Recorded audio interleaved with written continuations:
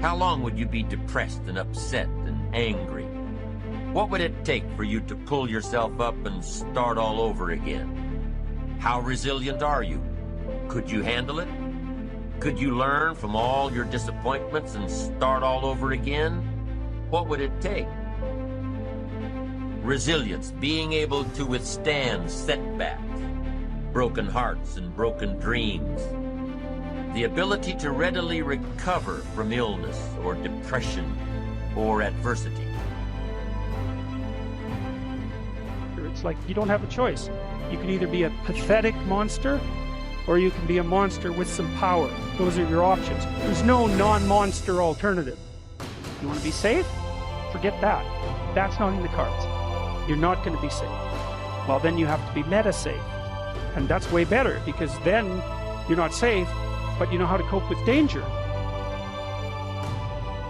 Take the little setbacks in stride. Take the little successes in stride.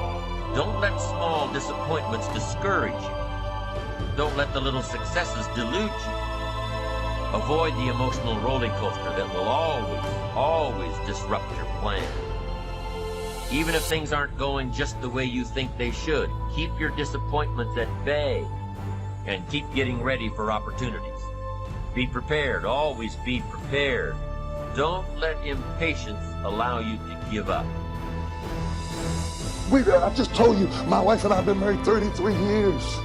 That's resilient. You were happily married 28 years. All the rest of them years you just came in the house because you believed in something more than your feelings.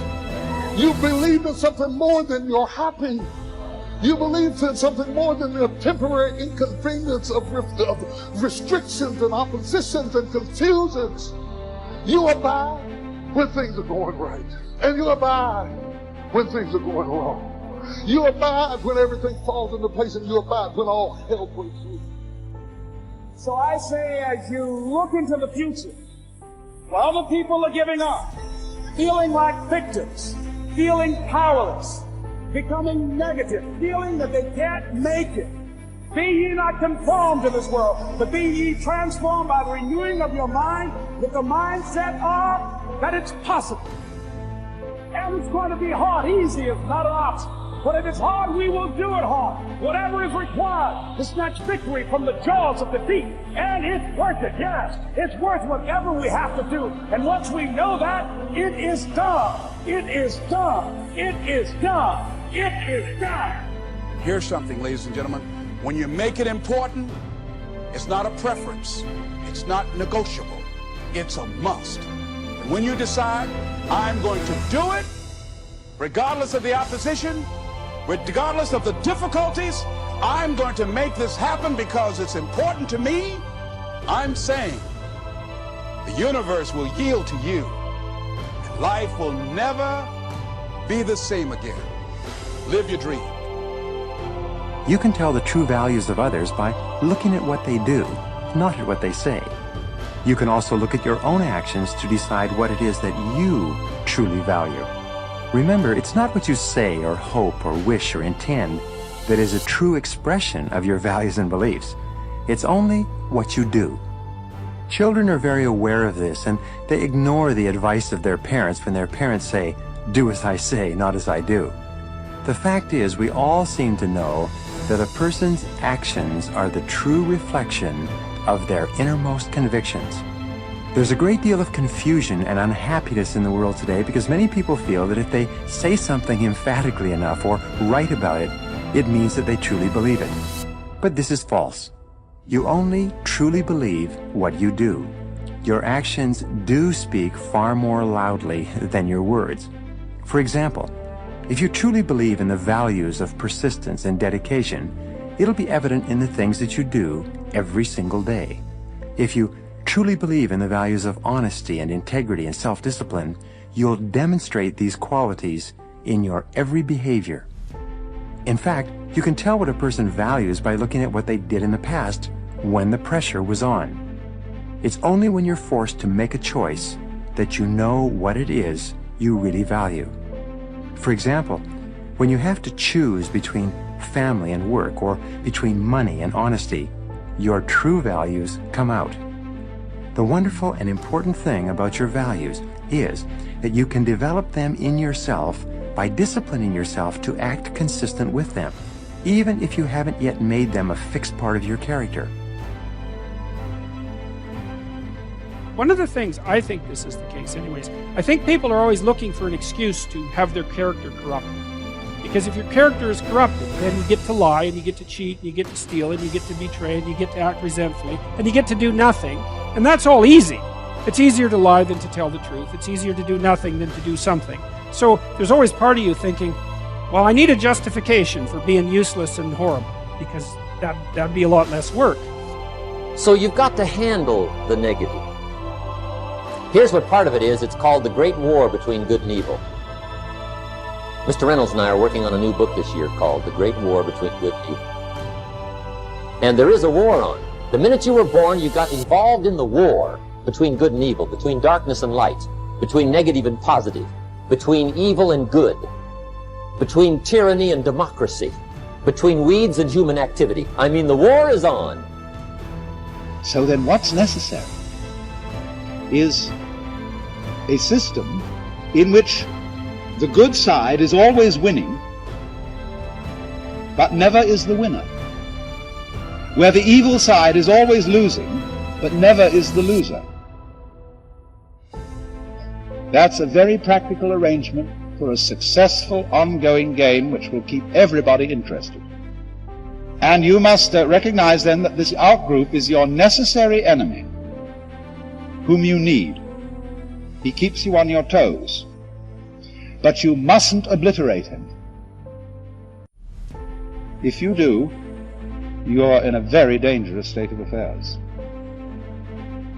But darkness is always trying to move in and take all the territory. But if you turn on the light, its energy starts to repel darkness. Darkness begins to move away. And the brighter the light, the further away the darkness must move.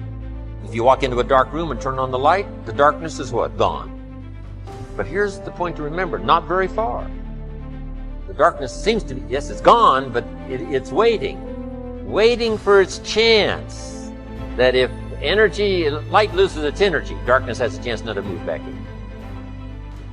Battle between good and evil on a playing field of chaos and order. It's the eternal game.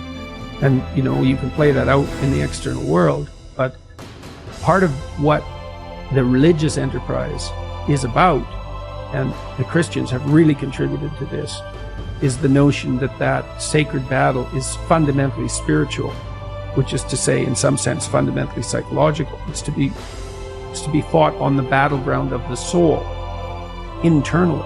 It's a subjective issue. How do you defeat evil? You defeat the evil in your own heart. That is how you do it.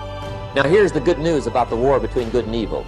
Evil is no match for good, but good must be active. Weeds are no match for human activity, but if you stand still, how far in will they come? All the way. They'll grow right up around your shoes. But if you get busy, how far back can you take them? As far as you wish.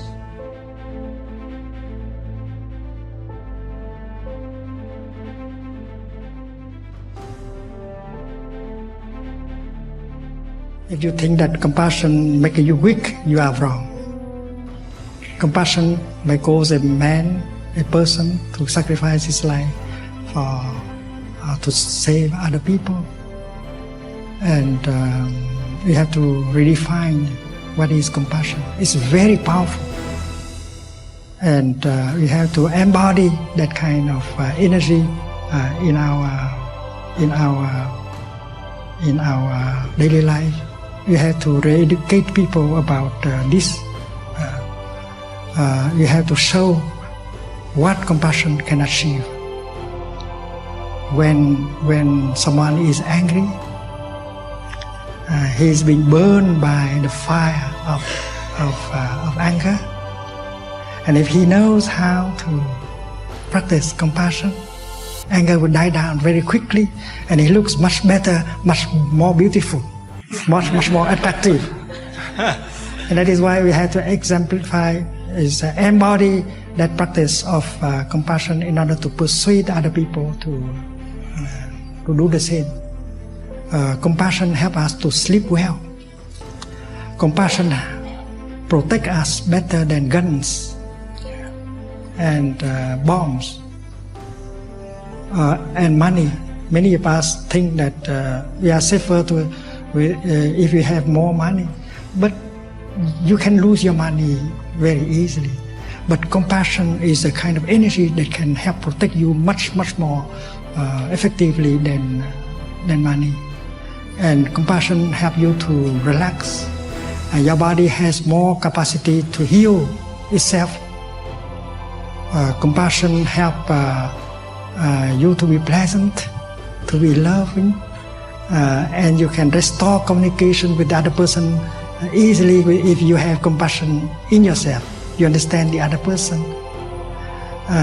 Your compassion can help you do your business better because you are in good relationship with other people, including your employees. So you can list a lot of qualities of compassion, and we should have a man, a woman, a community of men and women practicing compassion like that, in order to show people that compassion is something very powerful.